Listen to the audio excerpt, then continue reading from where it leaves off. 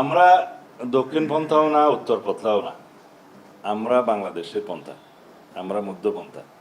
মধ্যপন্থীতে বিশ্বাস করি। সেই জন্য বাংলাদেশের সকল রাজনৈতিক দল, রাজনৈতিক শক্তি এবং সকল জনগণের প্রতিনিধিত্বকে নিয়ে যারা রাজনীতি করে তাদের সাথে কথা বলছি। কারণ আমরা একটা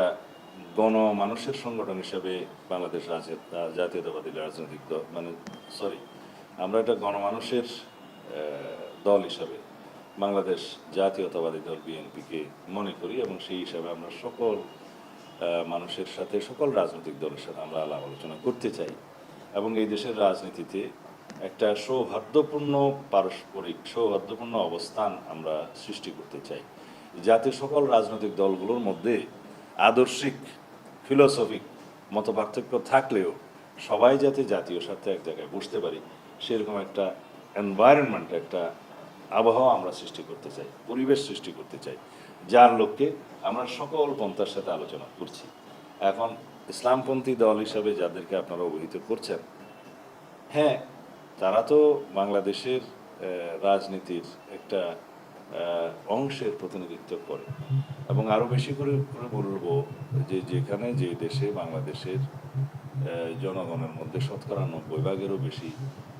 ইসলাম ধর্মাবলম্বী মুসলিম, তাদের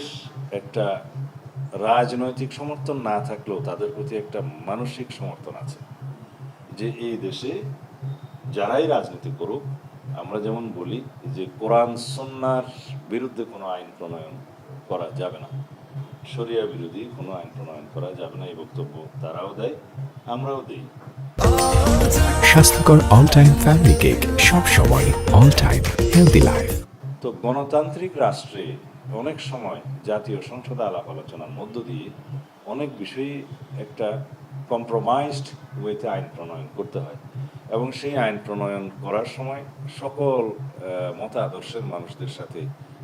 একটা আলাপ আলোচনার মধ্য দিয়ে ঐক্যবদ্ধভাবে যদি কোনো আইন প্রণয়ন করা যায়, সেই আইনটা ঠিকই, সেই আইনটা বাস্তবায়ন করা যায়। কিন্তু বিশাল জনগোষ্ঠীর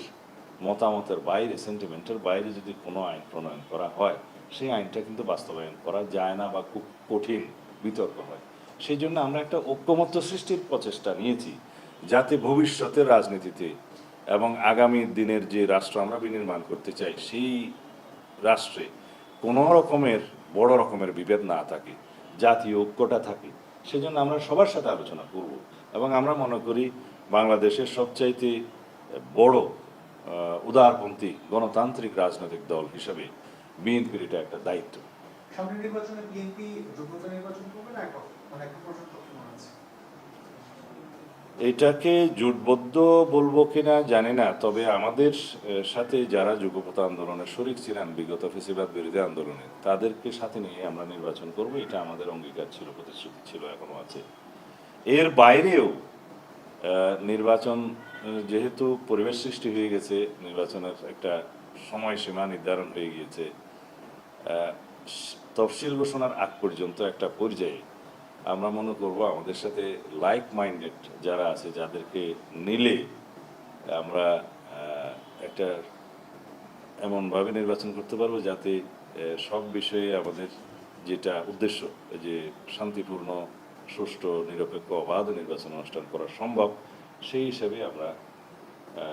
আমাদের জোট গঠনের চেষ্টা হবে। তবে এখনও আমাদের জোট গঠনের কোনো পরিকল্পনা ঘোষিত হয় নাই,